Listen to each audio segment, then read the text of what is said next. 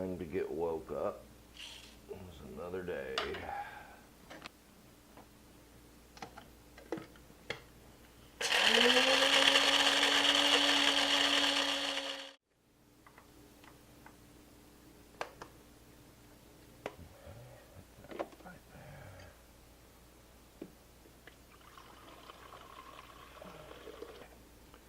Well, once again, early in the morning, time to do some filming.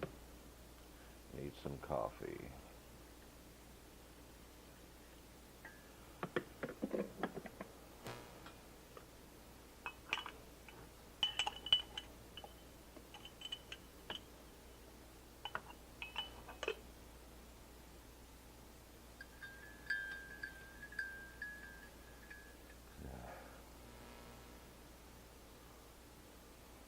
Oh yeah. Good morning.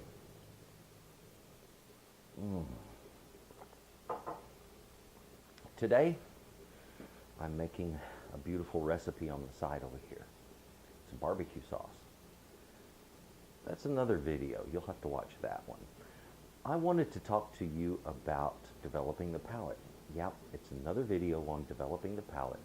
There's parts 1 and part 2, and if you haven't seen those yet, you really need to see them first in order to understand where I'm going in this video, okay? So, I am assuming that you've already seen parts 1 and parts 2, and that you followed the exercises that were involved there, okay? And those exercises would be growing the palate, tasting new flavors, singling flavors out and trying them by themselves, whether they're spices or herbs or just regular ingredients. Finding out and knowing everything, having it on the palate as a filed system in your brain so that you know what each of these flavors are. If you're wondering what the bubbling sound is, that was my burner. Lower the temperature a little. Compounding flavors is what this is about. We've learned what those flavors are. We now have some idea of what the intensity and the flavor of oregano is relative to basil, relative to tarragon, and we have some idea of how those flavors are going to benefit us in different ways. And as I've mentioned before, some spices are more robust than others, and they'll be overwhelming. So they have to be used in the right quantities. So I wanted to talk to you about that part of making recipes, developing recipes, knowing how much of something to use. And that's a question that came up in the very first part of this series on developing the palate. I wanted to talk today about compounding flavors. I'm holding a bottle of what's called curry. All right, now curry isn't a plant. You can't go out and buy a curry bush. There's no such thing. Curry is a blend of different spices, usually containing a variety of different things. Often they will have coriander, which is usually toasted. They'll often have turmeric in them. Frequently they'll have garlic powder. They have a variety of different ingredients that go into curries. And with each brand of curry, each has its own flavor, its own unique sense of self. So no two curries are alike. Know that now. And remember, curry isn't a spice, it's a blend of spices. That's what we're talking about. This is compounding flavors. No one flavor by itself stands out in a curry, but together they're intense. It's like a whole new flavor has been born by compounding other flavors, by putting them together. I picked this. I saw it at the store, and I just wanted to buy anything that was a blend of seasonings. And so it didn't matter to me what brand I bought. So I'm not picking on this company, all right? And from what I understand, this particular seasoning is very popular in the United States. And when I looked at the ingredients label, I was like, oh, well, that's why it's popular. Many of the ingredients on this label, and in the order they're on this label, is the same set of ingredients that you see me use in a lot of dishes, whether it's beans or fajitas or taco seasonings, all kinds of stuff. I use a very similar blend to this. The only thing I don't use is the celery salt. Okay, I don't put celery salt in anything. I don't have it on my shelf. Celery is not one of my favorite flavors. It's good, but it's just not something I normally cook with. And I generally don't do a combination. I won't buy like a celery salt. I'll just buy celery seasoning, celery powder. So anyway, the ingredients here, this is celery salt, which is a combination of salt and celery seeds. Then the next are spices, which include red pepper, black pepper, and paprika. Now, folks, you see me use those all the time. A lot of that is what's in my barbecue sauce here. Red pepper is what we refer to as cayenne, or cayenne is sometimes called red pepper. If you go to Louisiana and you say, I need some cayenne, they might look at you funny. Most of them will know, but some will say, you mean red pepper? Okay, and so they have a distinction. You have either paprika or you have red pepper. Red pepper's the hot stuff, all right? Red pepper is actually cayenne, all right? So we have cayenne there. We got some black pepper going on and paprika, and those are all things that I commonly use in my dishes. These are very common items, and I can see why they're popular, why this is popular, because in that order, this has to be good. It just works. The compound tastes good. I haven't even opened this thing yet, but I know what it tastes like without even opening it. All right, and when I do taste it, I'll be like, it's exactly what I expected. That's the neat thing about knowing your flavors. Now, a lot of folks like to use pre-mixed spices, and that's fine. If you want to do that, do that. But please start looking at those labels. As you're developing your ability to use spices individually, you can wean yourself away from this kind of thinking and just develop your own blends based on your own tastes. All right? My own taste is I wouldn't use the celery, and I probably would use more paprika than the black pepper. But this has more black pepper in it than paprika. And that's because that's the way it works on ingredients labels. The further you go down, the less there is. All right, compounding flavors comes in many ways. I have a sauce over here. I need to stir it, if you don't mind. There we go. Let me taste this.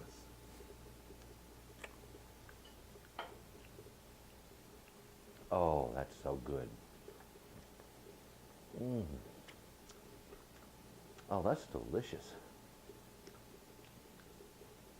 I'm going to add just a little more sugar to make it.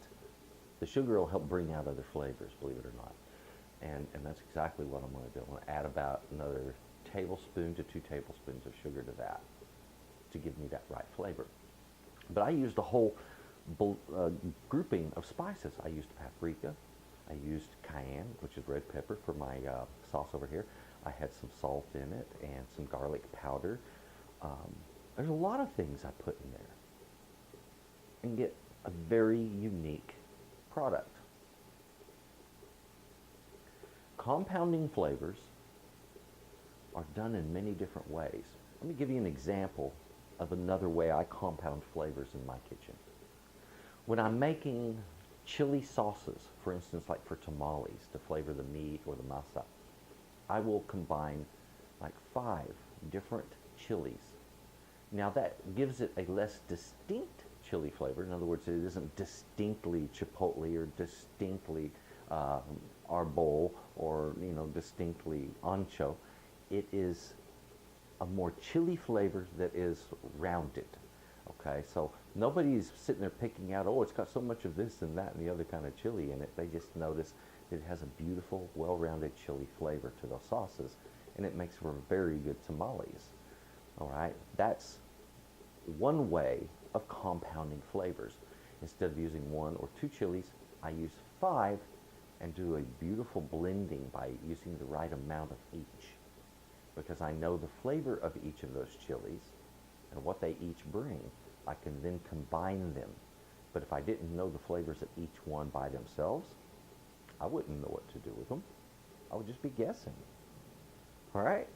So, knowing those ingredients again, knowing those flavors in detail is going to help you compound flavors. And when you start compounding flavors, that's when you get into the rich, detailed flavors that make people go, ooh, ah. Because once you start getting 5 or 6 different flavors that work with each other, that's the effect. Combine that with some long cooking and you get exceptional. All right? Give you an example. Compounding flavors. The French like to make beef bourguignon. All right? Now that is a beef dish that is cooked in wine. But there's some other stuff in there too. There's some garlic, there's some shallots. The beef was seared on the bottom of the pan, creating a caramelized surface that when mixed in with all of the rest of the ingredients helps add a more robust, deep beefy flavor that is just delicious. You're stacking flavors, you're compounding flavors, whatever you want to call it. It develops new flavors in the process. So we then take that and slow cook it. And it reduces the alcohol out and takes a lot of the water out and leaves behind all of the flavors. And suddenly we have a whole new flavor that's independent of the wine or the shallots or the garlic or the beef.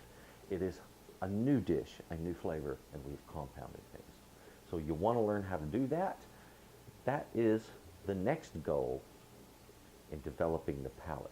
And folks, this is where it gets challenging. This is where it goes from intermediate cooking to serious advanced cooking. This is what chefs need to be practicing on a regular basis if you seriously want to get good.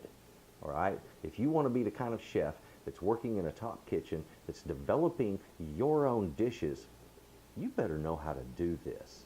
Okay? This is what we do to make good recipes.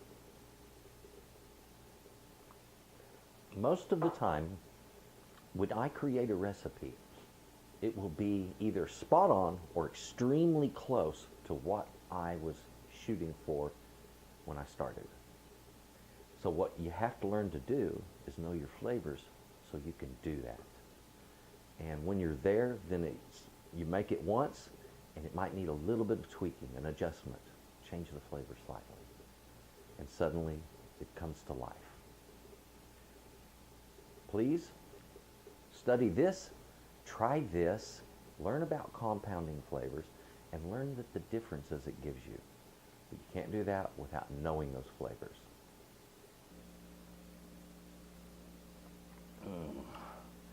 That sure is good. You know, I wanted to talk to you for a moment about alcohol and cooking. Okay, and this isn't about using alcohol and the danger of using alcohol while you're cooking, which maybe I should do a video on that, but that beside the point. I wanted to talk to you about using alcohol in our recipes. Putting wine in a dish, or putting bourbon in a dish, or putting vodka in a dish. What is it going to do for you? What does it do? What does it change? How does it affect it? And how does this affect our knowledge of growing our palate? Okay?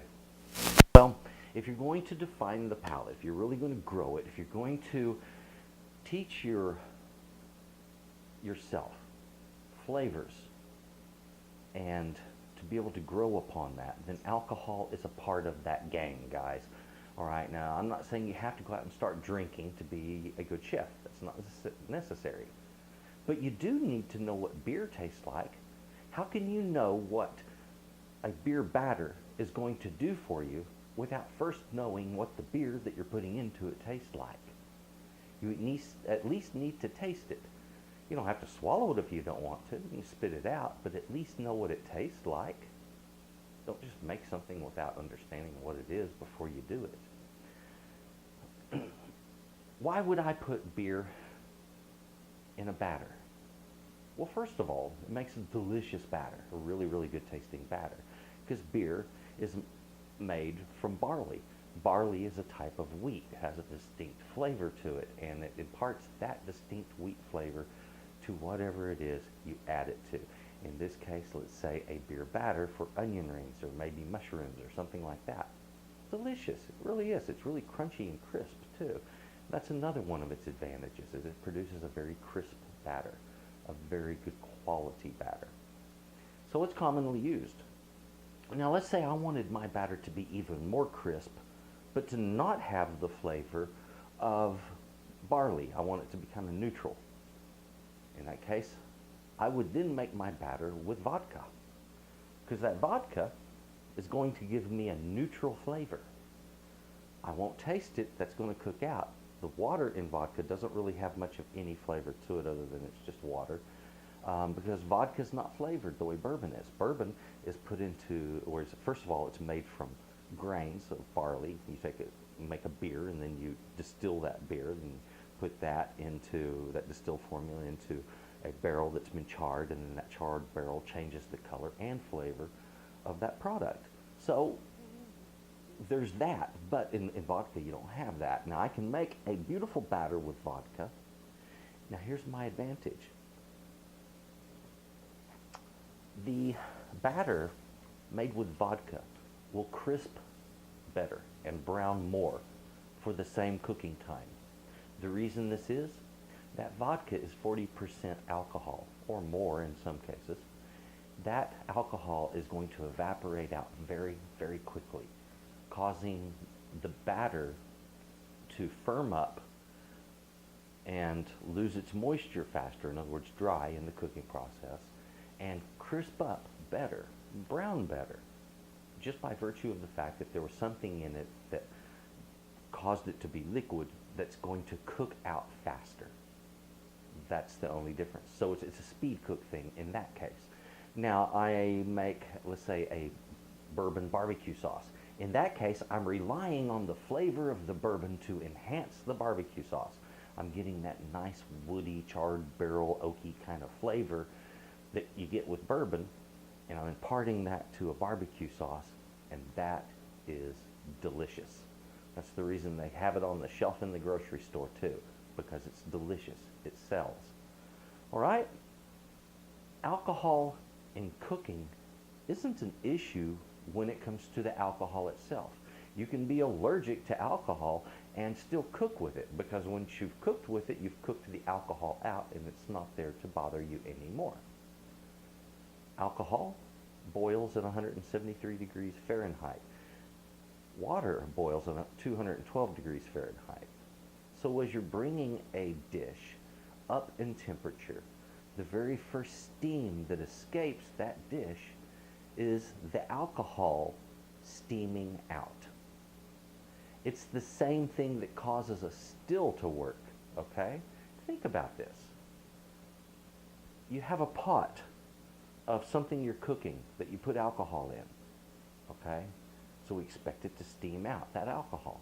A still works that way. You take a pot, you put something in it that is fermented, okay? It could be a grape fermentation, it could be a potato fermentation, it could be from grains, like you make a beer and then you put the beer into your still, and once you've cooked that in the still, what comes out is going to be alcohol, okay? Stills do not make alcohol, they make alcohol stronger. That's all they do. So you cook the fermented beverage in the still, the vapor, that steam that comes off of it goes up into a funnel and into a narrow tube that kind of coils off, and that's what they call a condensation tube. The alcohol that's vapor, or in a vaporous form, makes contact with the cool walls on the inside of that tubing, and when it does, it then condenses and drips out. And what drips out is 100% alcohol. Sometimes a little water will get in there, depending on the still and the speed that they're cooking it off at. But for the most part, it's going to be just good, pure alcohol.